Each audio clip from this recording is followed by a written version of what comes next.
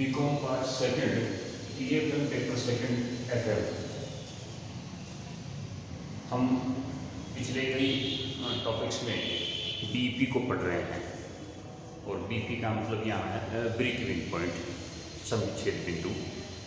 और समविच्छेद बिंदु का तात्पर्य है कि किसी भी फर्म, इंडस्ट्री, उद्योग, व्यापार या व्यवसाय कैसा भी व्यवसाय, व्यापार या उद्योग हो, उसको संचालित करने के लिए प्रत्येक व्यवसायी और व्यापारी को अपना ब्रेक इवन पॉइंट यानी समविच्छेद बिंदु निकालना पड़ता है। और समविच्छेद बिंदु निकालने के लिए हमारे यहाँ एक निश्चित तरीका है। सबसे पहले हमने अंशदान के माध्यम से समविच्छेद बिंदु की गणना की बात की थी और मैंने आपको ध्यान होगा बताया था कि कंट्रीब्यूशन जो है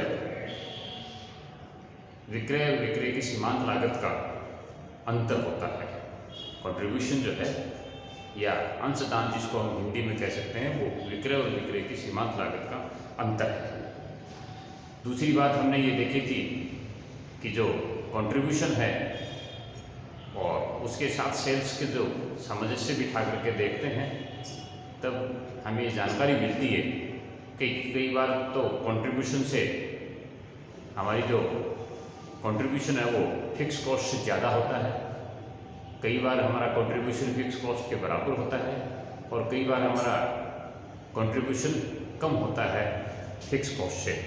तो जहाँ कंट्रीब्यूशन ज़्यादा होता है फिक्स कॉस्ट से, इसका मतलब उसमें कुछ हिस्सा प्रॉफिट का है, जहाँ कंट्रीब्यूशन और फिक्स कॉस्ट दोनों बराबर हो जाते हैं, यानी व्यवसाय करते करते इस स्थिति में आ जाता है कि वो माल को बेचते बेचते उसकी लागत और आगम बराबर हो जाते हैं, तो उसको कहते हैं कि हमारा अंशदान और हमारी स्थायी लागत बराबर हो गई।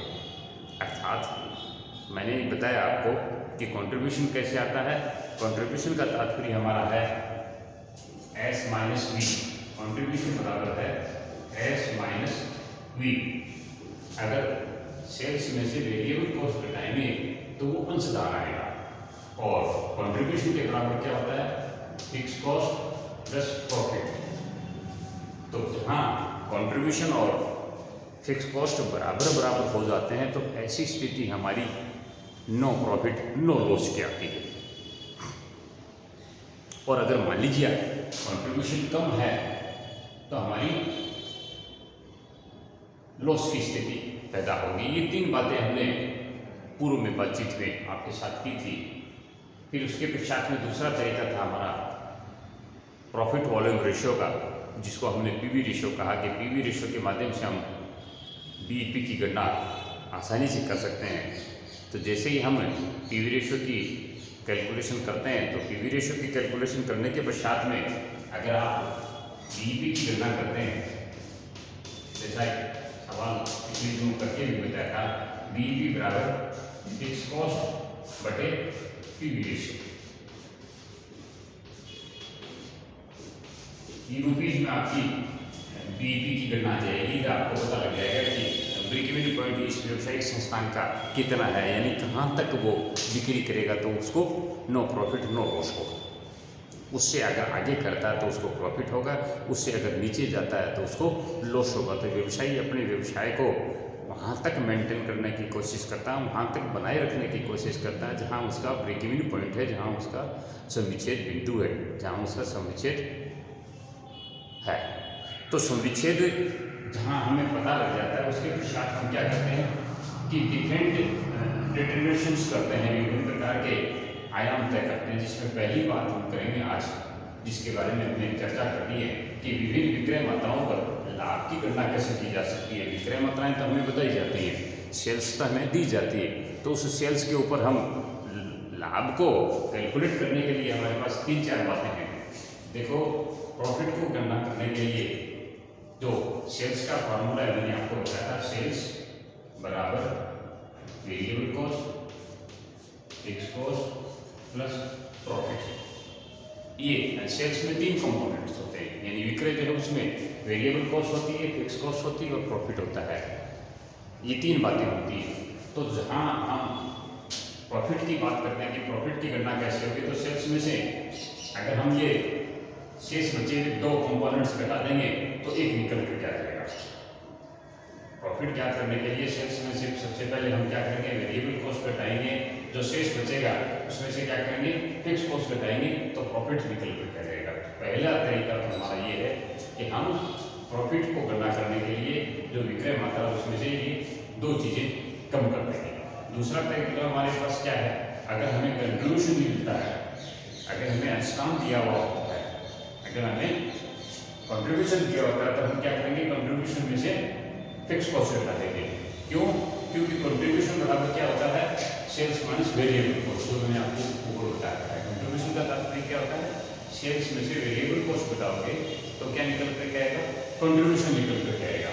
दूसरा तरीका प्रॉफिट का हो सकता है ये कि अगर आप अंशदान दे रखा है तो इस तरह से आप करना, आपको प्रॉफिट की विभिन्न कारकों के आधार पे यानी डिटरमिनेशन ऑफ प्रॉफिट और डिफरेंट टर्नओवर्स पे ये कर सकते हैं।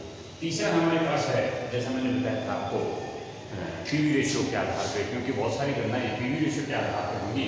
तो पीवी रेशियो की गणना के आधार पे जब हम प्रॉफिट की बात करते हैं, जब हम लाभ की बात करते हैं, तो जो सेल्स दे रखी है, जो सेल्स दी हुई है, उस सेल्स को गुणा करेंगे पीवी रेशियो से,